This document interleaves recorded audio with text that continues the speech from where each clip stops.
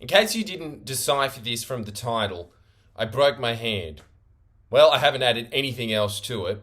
So, do you want to hear the story or not? Well, make sure that you just keep watching anyway, even if you don't, because it'll help me. So make sure that you like and subscribe as well, because that'll also help me. And you know what else will help me a lot? Making sure that you come see my shows in Tasmania, and of course the Tasmania of the Victoria. No, that would be Victoria. The Hobart of Victoria. Melbourne. Charity shows, discounted price. As a result, all the proceeds go to helping out endangered species because, I don't know if you know this, but I like to serve. I live to give. Well, I try to anyway. And so, well, I do! That's why I did this channel, by the way. And also for some other selfish reasons. At least I disclose it. It was just pretty much just to distill all these things in my life. But also because I realized that there is of great benefit to you to listen up to this. So you make sure that you do, because look, there is a lot of wisdom in you knowing one of those lame ailments that you don't really care about, even when your friend says it. You think that those are the lamest stories ever. This crazy dream that I had, or dude, I stacked it on a razor scooter. Yeah, you were 10. We get it. Everybody had that. Shut up. Get on with your life. And then, yeah, those are the steps. But now allow me to relive that. Okay, now you're just going to listen to the lamest segments on radio ever. The when did you injure yourself? This is the one that I'm going to share with you. And the reason that I will is because there is a great lesson in it. So you shut the fuck up, you let me whine, and you like it. You like this video because of this, which is that look how purple it is. Ooh. I've got to go get a bandage, and I didn't do that for the last week because I was touring, and it was the day before that I was chasing my dog, which is an Australian bulldog. Did you know this? Did you first off know that Australian bulldogs exist? Highly recommend that you get them, apart from the fact they're extremely disobedient. They have funny faces, and they don't have stupid little stubby legs, and their noses are a little more elongated, so they don't have the same problems that British bulldogs have. And they aren't as ugly. They don't have the... So they're just better in every way. And the reason they are is because they're a cross between a British bulldog and, didn't know this, an Australian hunting dog. What the fuck is that? I assume that it likes hunting in Australia, which is exactly what my dog does. You know how we're always saying on this that you find your Dharma, then you're happy in life. His Dharma is sniffing deer shit and then chasing after them and then getting kicked in the head. The first time this actually happened, it was incredible. He smelled the deer. Obviously, I didn't even know that they existed in Australia. I didn't realise that we're in Norway these days, because of climate change. Where is it, eh? It's getting colder, obviously, because they love it here. And so he's off. Then, out of the forest, it was like Mononoke. This noble stag trots out of the bushes. I originally thought that it was a giant German shepherd until I saw its antlers. And it stares at me really close. I can hear it doing the... I thought it was going to ram me. And then I hear, and then maybe 10 meters later, at least 10 seconds afterwards, you see my dog Zeus being like, duh, duh, duh, chasing after him. But then the deer goes like, me, keeps chasing. Then I look around the mountain as this deer is running through the bushes, and then just behind it, with his tongue getting longer and longer every time I see him because of how easily, this is the other thing that's great about having bulldogs, they can't do much exercise. So he can sprint for a bit. He's actually incredibly agile, I think, because of the Australian hunting dog thing. It really is just like watching Super Mario go up in the original Donkey Kong. The way that he is able to traverse mountains. Anyway, he comes back, his mouth is bloody, and he has a deer print right here. Right in between the eyes. So that was the end of the game. He obviously got close enough to the deer that the deer thought, oh yeah, that's right, I have hooves. Bam! Stamped him. And then he came back at that point.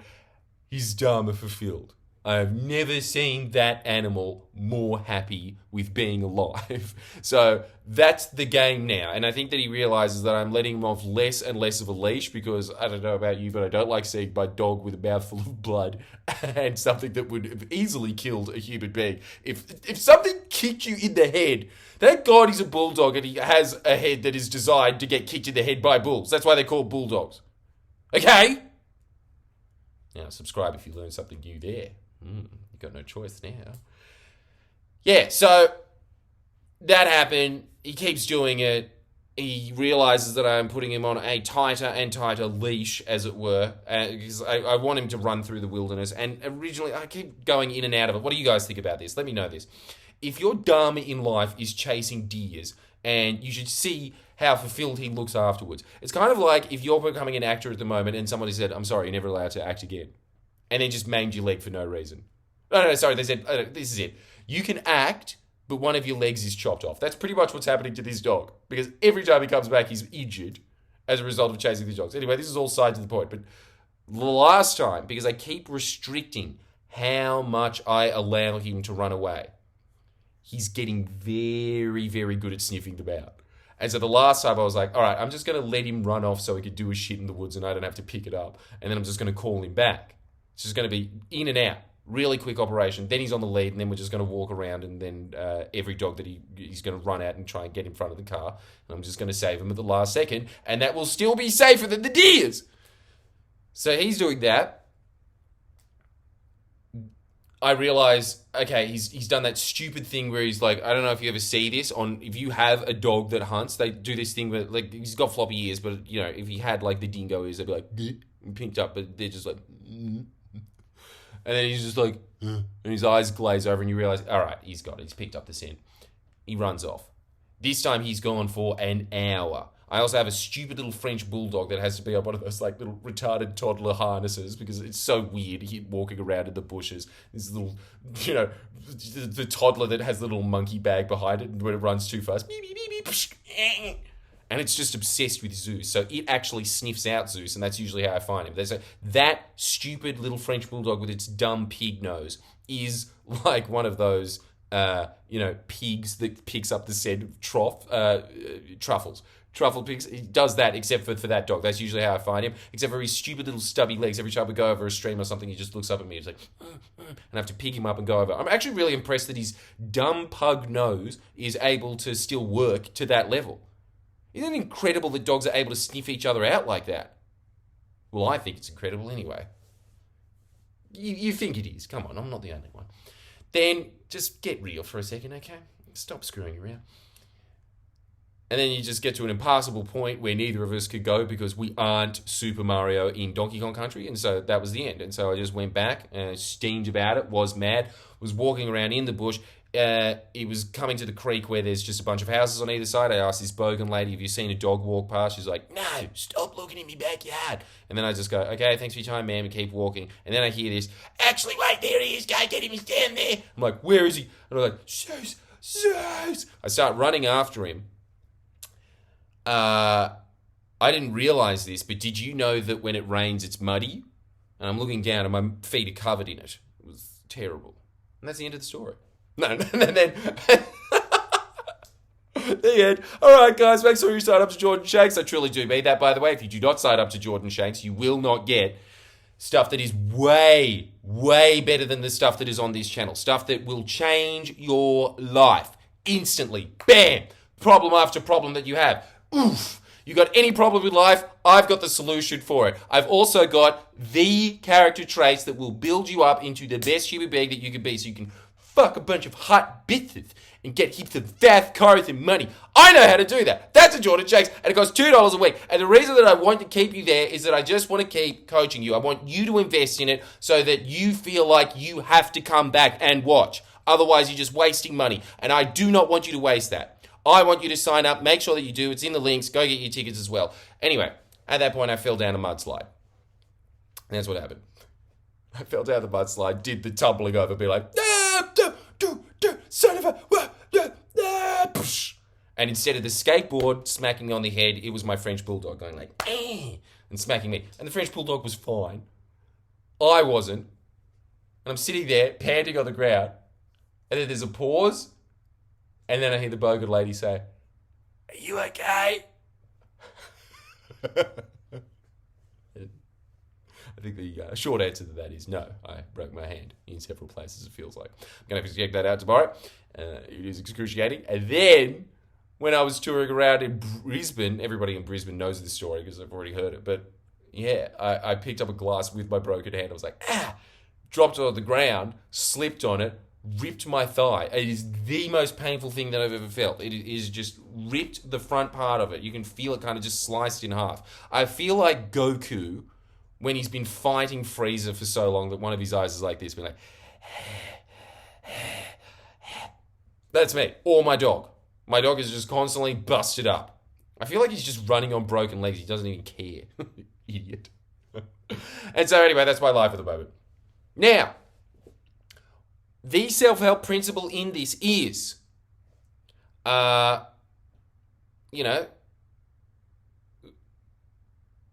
sleep on glass. Definitely, that's one of them. But then the other one, when I was falling down that mudslide, I noticed for the next day, my ankle was in pain, and so was my lower back. What happened was my leg slipped, so it went on a weird angle and just went like, yeah, so it's a miracle that isn't broken. But what's even more of a miracle is that my tailbone is okay, because it was falling on rocks. You know what it made me realize? It's because my hand, immediately, without my thinking, went underneath, protected the tailbone, took the impact, got broken, I think, in probably 3 places, it feels like, to protect the spine. So obviously what has happened through our millions of years of evolution is that whoever has the genetic inclination to go, oh, maybe I should put my hand there, when they're falling down chasing mammoths, they're the ones that survive longer because they're the ones that aren't paraplegic. And so they get laid a lot because they can feel cock, I suppose.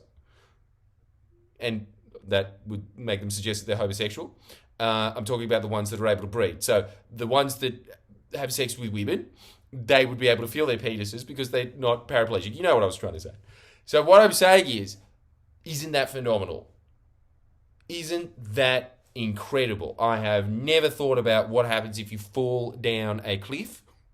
Never thought about how you should do that, but it reminds me a lot of people when they're trying to commit suicide.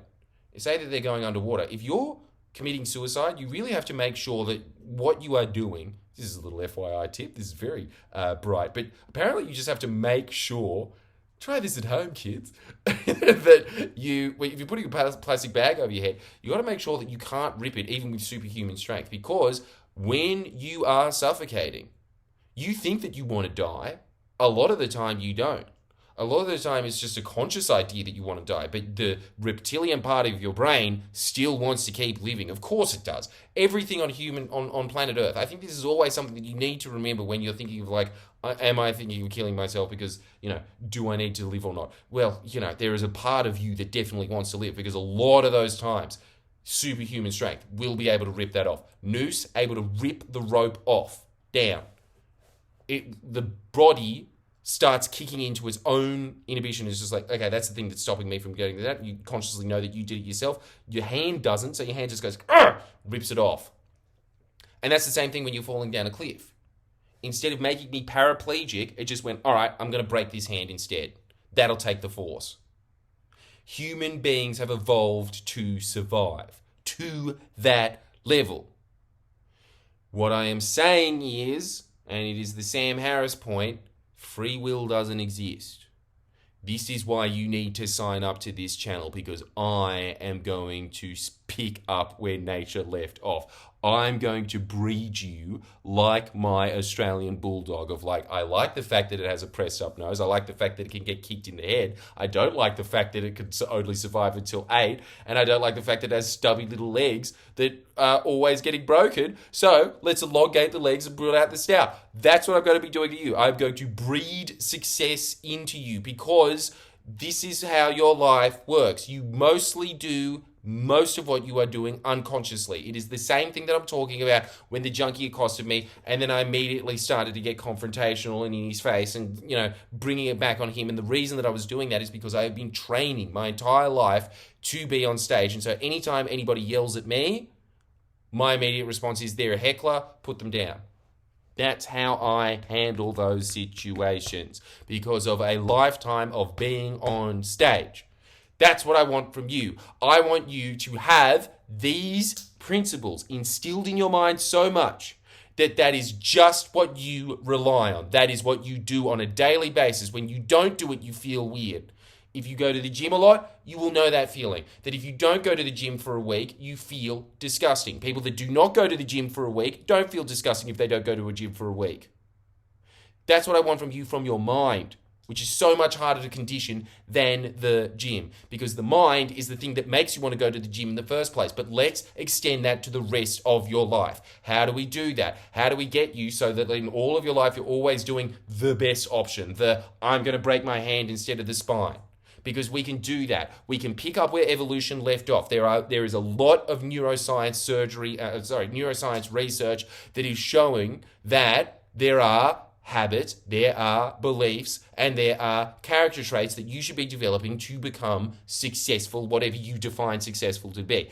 I don't care what you find as successful after this. All I think is that hopefully that you contribute, but what I want you to have is those things in you so deeply that you just do them, that you just succeed. That is as natural to you as it is for most people to fail. And rest assured, most people do fail. Did you know that out of 95 people, we're talking about the richest country in the history of the planet. And I know that a lot of people are going to be talking about the whole oh yeah, but that's because Bernie Sanders in it and all this kind of stuff. It's like, yeah, but if they had self-help principles, a lot more people would be retiring rich. Absolutely they would be.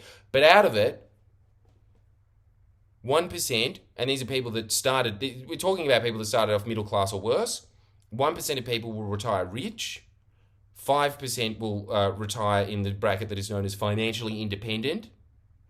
20% will retire with some form of livable superannuation. 80% will be flat broke. Failure is the human default. In this society, you need to condition yourself to work within the confines of the modern world.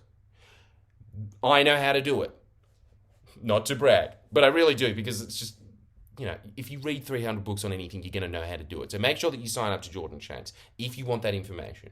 If you don't want that information, look, it's here for free, but just make sure that you subscribe to this anyway. But if you want to sign up for 2 extra videos a day that's just going to punch you in the face and just be like, do this, idiot, work like this. I'm going to train you like my extremely disobedient dog. Now, there's got to be things in there that, like him, is just so deeply bred into him that he's just going to chase after the deer for the rest of his life. So what am I going to do? I'm going to find ways around it to condition so that he has still a very long, happy life, but doesn't break his spine somewhere like running down a muddy gully. So I think it's just going to result in a lot of stick chasing. But that's what I'm going to do to you. There's going to be things in you that, you can't change because that's your genes or whatever. Not many, though. It really isn't. Most things are mimetic. In fact, a lot of these genes get activated by you just having these beliefs. If you have a belief, it's actually proven with this. If you have a belief, it will activate one gene and make the other gene dormant. But if you have another belief, it'll make that gene believable. So we are going to be forcing that into you. So make sure that you sign up to that. Come see my live show. See you next time. Pray for my hand.